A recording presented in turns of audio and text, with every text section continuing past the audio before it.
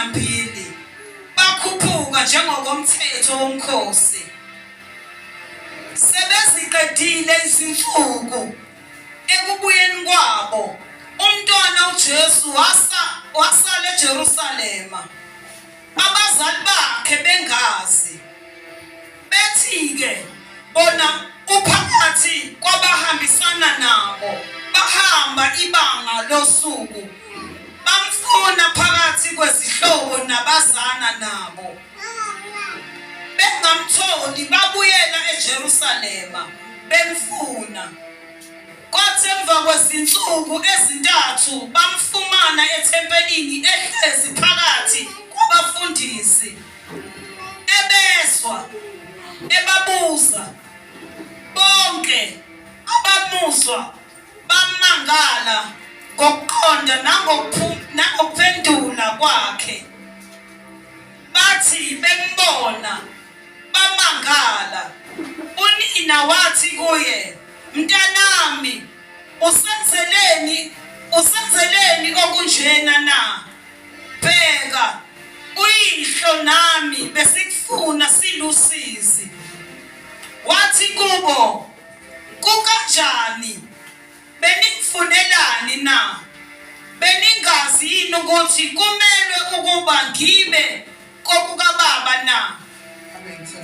Baba, egameni likaJesu Kristu waseNazaretha, moya ongcwele, moya weqiniso, izwi lakho uNkulunkulu wethu lelo lingamandla okuphila, liyasiqondisa, liyasiqinisa, lingamadoda uNkulunkulu wethu oyingcwele.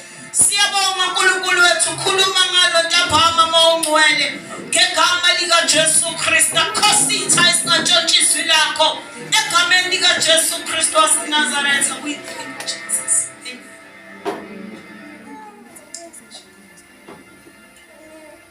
Hallelujah. Hallelujah.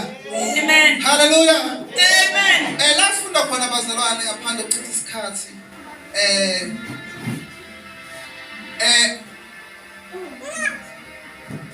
uJoseph noMaria bebejwayele ukuya emkhosini yomkhuba nje wephasika. Hallelujah. The Bible says baya emkhosini futhi wephasika. Hallelujah. Emkhosini lona. Hallelujah. IziBhayibheli babaya eJerusalema. Hallelujah. Babaya eJerusalema bahamba noJesu kulomkhosi. The Bible says waphela lomkhosi. Hallelujah. Mawuphela umkhosi womkhunjula. Hallelujah.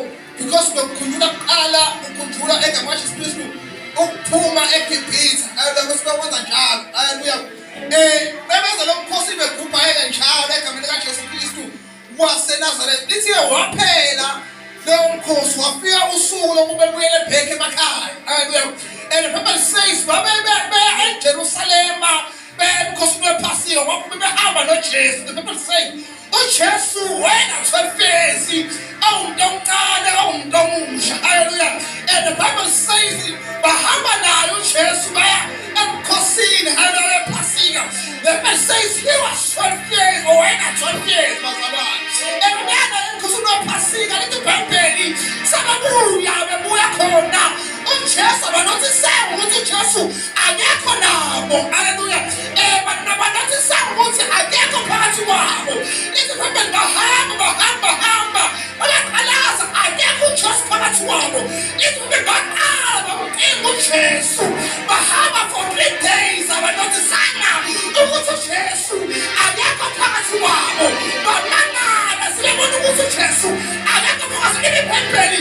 Bahamba bambheka uJesu, bambheka abantu behamba nabo, bambheka nasey'hlokeni, bambheka nabantu abatholene nabo. Lithi iBhayibheli abamtholanga uJesu, bamfuna uJesu, bahamba bemfuna yonke indawo, bemdinga uJesu because uJesu uyafuna.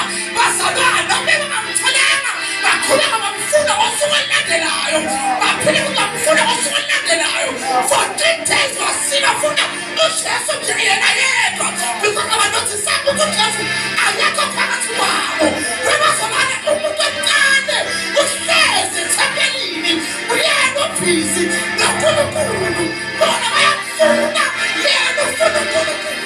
Yena bayamfuna yena uNkulunkulu. Bazalwane bafuna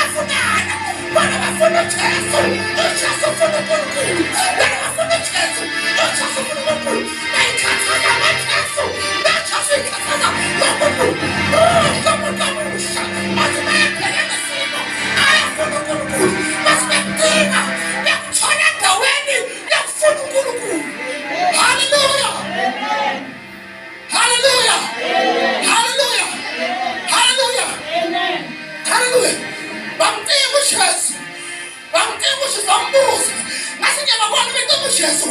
Bese Jesu. Bememeza. Jesu. Bese wasubona yini Jesu. Bese wasubona yini Jesu. Bese simbona yini Jesu. Kodwa leni ithanda ngalabantu. Bayikhathaza ngaye. Umuntu ayikhathazayo.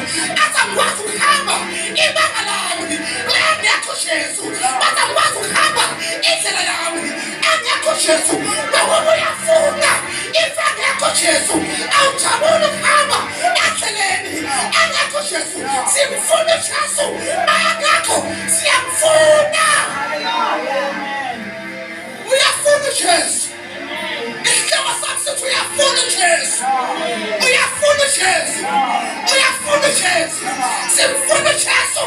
Izokuthiwa kuphela izinsuku ezintathu. Masingambona eduze kwethu. Asikwazi uyala. Engekho yena. Silala kanjani? Ujesu angekho. Duzane kwethu. Asikwazi ukukhululeka. Engekho. Bamfuna uJesu the first day. Bafuna kusasa. Bayabheka uJesu. Babona ukuthi no. Asikwazi 3 days. Simfuna uJesu. Let us go back to the temple. Siyabheka uJesu. Lithi iBhayibheli lifika ethempelini. Bafika uJesu. Uhlezi nabafundisi. Nabantu abadala. Uyashaka nabo. Izinto enkulu. Ebebesayizi. Bamangala. Ukuthi uJesu yini le gama ayikhulumayo. Because umuntu omusha anaJesu. Amfunayo uJesu. Muhle. Uyinkinga umuntu angayifuni inkosi yakho. Uyinkinga umuntu angayifuni inkosi yakho. uJesu ufuna uNkulunkulu. Bona bafuna uJesu. uJesu ufuna uNkulunkulu. Bona bafuna uJesu. uJesu ufuna uNkulunkulu. Bona bafuna uJesu. Uyafuna uJesu bafethu. Lithi iBhayibheli bazwane uma ufunda elesingisi lithi they were unaware ukuthi uJesu wayengekho. Amen. Hallelujah. Okusho ngathi behamba beyikhaya babecaba ukuthi uJesu uhamba nabo. Hallelujah. Sonke lesikhathi behamba nje bathi ukuthi uJesu unabo kanti uJesu akasekho nabo. Hallelujah. Bathi bafika ekhaya babona ukuthi uJesu akasekho. Hallelujah. Ngoba kuyenzeka ukuthi uhambe uthi uyakholwa uhamba noJesu kanti uJesu usewasala. Hallelujah. uJesu akasahambi na uJesu akasekho. Uqhubeka uhlabelele, uqhubeka ushumayele kanti uJesu akasekho. You are unaware that Jesus is not with you. That means that you must go back where you left Jesus. Because there is a point. It can be a point. Jesus. It can be a point.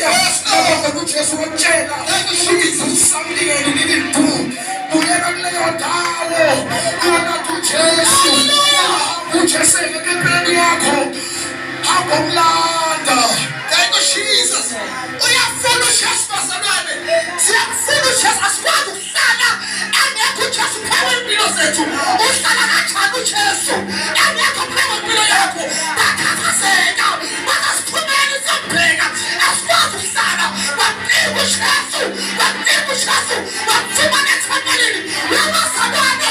Nabasashayekile. Amandla angekho. Bona siyambheka uJesu. Sizofika yena. Simfuna kuhlelazo. Uyifuna inkosi. Akusithakaniwe. Akuhlala uJesu. Usathakani. Asinabantu. Babona uhambisa abantu.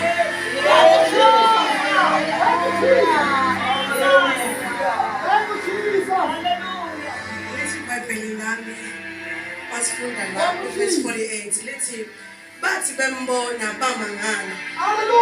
Verse 47 uthi bonke kwathi kwawesithuke esithathu bamfumana ethempelini ehlezi phansi kwabefundisi ebezwa ebabuza bonke ababemuzwa bamangala ngokuqonda angokuphendula kwakhe. Awu amen bazalwane. Ngoba verse 46 ukuthi bamfika phansi kwabefundisi ebezwa ebabuza. Ngamanye amazwi uma usethempelini noma uma ipresence kaNkulunkulu noma uma ufuna uNkulunkulu uma usujolile awufiki nje udlale ngethuba ufike umuzwe ubese uyambuza ukuthi ngenze njani. UNkosi